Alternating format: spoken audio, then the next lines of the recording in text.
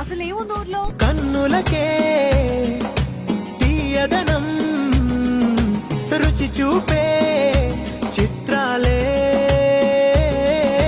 సవ్వడితో సంగీతం పలికించే సెలయేళే పూల చెట్టుకి ఉందో భాష, అలల మిట్టుకి ఉందో భాష, అర్థమవ్వని వాళ్ళే లేరే అర్థం మాట్లాడే భాష.